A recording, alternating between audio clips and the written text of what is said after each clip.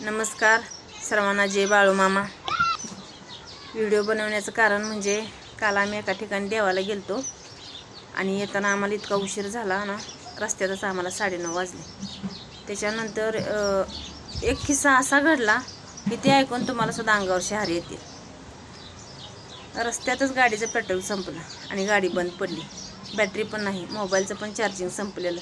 इतका भयंकर प्रसंग आमच्यावर आला आणि भयानक अंधार, भयानक सगळं तिकडं बगल तिकडं असं माळरानच, माळच सगळं, म्हणजे कुठं असं झाडं वगैरे पण जास्त नव्हती, पण फक्त माळ, जिकडं बगल तिकडं माळ आणि अंधार दिसायचा। खूप भीती वाटली, इतकी भीती वाटली की आयुष्यात तसा प्रसंग पहिल्यांदाच आला। पण तुम्हाला सांगायचं, बाळूमामा जो कोणी बाळूमामाला आहे म्हणतो ना, त्याच्यासाठी बाळूमामा 1,00,000% आहे, आणि जो कोणी नाही म्हणतो त्याच्यासाठी खरंच नाही, आणि जो आहे म्हणतो त्याच्यासाठी 1,00,000% बाळूमामा आहे का, तर आहेच। एक किस्सा असा घडला बघा, तुम्हाला सांगते। आम्ही येताना काहीतरी तिथलं एक छोटंसं गाव होतं, काहीतरी वरकुटे नावाचं, ते वरकुटे नावाचं गाव पुढं होतं, चांगलं 3-4 किलोमीटर पुढं असेल ते गाव। त्याच्या अलीकडंच आमचं गाडीचं पेट्रोल संपलं, आणि म्हणजे असं हायवे नव्हता, असा वाड्या वस्तीला जाणारा रस्ता होता। मग तिथं कोणी एखादं वाहन पण येणार रात्रीच्या वेळेस, आणि मी माझे मिस्टर आणि माझा मोठा मुलगा आम्ही चालत निघालो, बाळूमामाचे नाव घेत घेत घेत अर्धा तास चालत होतो। कसं जीव मुठीत धरून आम्ही चालत होतो इतकी आम्हाला भीती वाटत होती। पुढे काय झालं, बाळूमामाच्या रूपात का कोण होतं आम्ही त्याला काय ओळखलं नाही, पण एक म्हातारं रस्त्यात थांबलं होतं, आणि ती म्हातारं आम्हाला बघून उभं राहिलं आणि म्हणलं, का रे बाबांनो, उशीर केला? हो आहो म्हणलं, आजोबा आम्हाला उशीर झाला, आणि बघा की गाडीतलं तेल संपलं, तुमचं गाव पण जवळ नाही, आणि गाव पण इथून 3 किलोमीटर आहे। तर म्हणले, आता काय करणार तुम्ही? म्हणलं, आता काय करायचं, जायचं चालतच गावापर्यंत, भीती तर लई वाटायला लागली म्हणलं आजोबा, आणि आमचं पोरगं पण भ्यायला लागले म्हणलं। तर म्हणलं, भिऊ नका, मी आहे की, कशाला भीताय, चला म्हणला तुम्ही, आहे मी तुमच्या पाठीमागे। मग आम्ही असं चालतच होतो, आजोबा तुम्ही कुठलं? तर मी इथलाच आहे। बरं म्हणलं, तुम्ही कुठलं? तर आम्ही म्हणलं, खूप लांबचं आहे आजोबा, आम्ही 80 किलोमीटर आमचं इथलं पुढं गाव आहे बघा।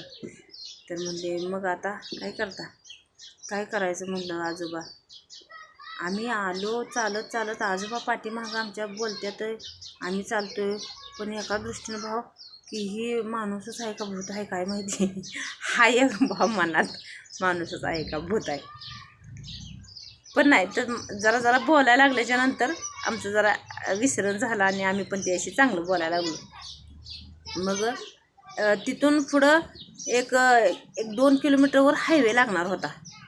मग आम्ही म्हणलं, आता हायवेपर्यंत कसं तर जायचं, हायवेला काहीतरी उभं करायचं आणि पेट्रोल पंपापासून तेल घेऊन यायचं बाटलीत आणि यायचं, असा आमचा विचार।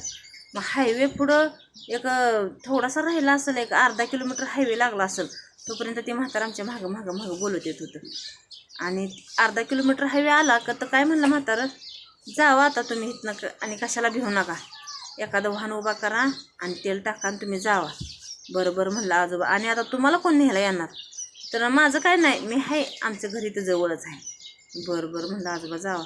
आणि एवढं शब्द बोलून मागं वळून आजोबाकडं बघतोय, तर एका मिनिटाच्या काळात ते म्हातारं गायब झालं, 1 मिनिटसुद्धा नाही, एका मिनिटाच्या काळात। दुसरं काहीतरी बोलायला मी पाठीमागं बघायला गेले तर तिथे आजोबा नव्हते। मग तर इतकं भयंकर वाटलं, हा माणूस होताच कोण? मग ह्यांनी पण गप, माझे मिस्टर पण गप, पोरगं पण गप, आणि मी पण गप, आम्ही तिघं पण असं गप्पच झालो। आणि पटापटापट हायवे कसा तर हायवे गाठला, तोपर्यंत एक लेडीज स्कूटीवर येताना दिसली, आणि तिचे मिस्टर पण पाठीमागं होतं। मग मी त्या लेडीज बघून मी हात केला, म्हणलं, अहो ताई म्हणलं, गाडीतलं तेल संपलं आहे आणि मला पेट्रोल पंपापर्यंत तेल घेऊन यायचं आहे। तर ते म्हणले, आपण दोघी थांबूया इथं, मिस्टर आणि तुमचं मिस्टर जाऊ द्या। बरं चालते, ठीक आहे म्हणलं। मग माझे मिस्टर आणि ते गाडीवर गेले, तेल आणलं, मग गाडीत टाकलं, देवासारखं तुम्ही भेटला म्हणलं। आणि पण हा विचार एक मनात होता, त्या लेडीजला मी काय बोलले नाही, हा विचार एक मनात होता की ती म्हातारं होतं नेमकं कोण, म्हातारं, तर ते दुसरं कुणी नसून साक्षात बाळू मामा होते. आम्हाला आधार द्यायला आले, आम्हाला दिलासा द्यायला आले, आमच्याशी बोलले. अक्षरशः ती क्षण आठवला का अंतकरण इतकं भरून येते ना.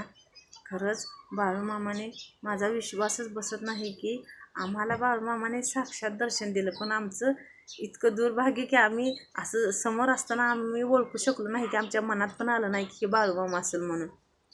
आणि ते गायब झाल्याच्या नंतर आमच्या असं